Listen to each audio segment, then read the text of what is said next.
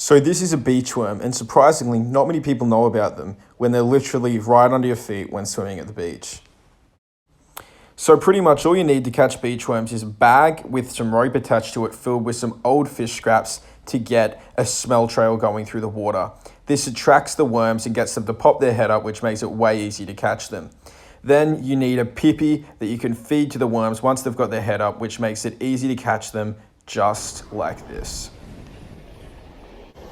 So if you had no idea of the giant worms that are living underneath your feet while swimming at the beach, share it with a friend. Thank you.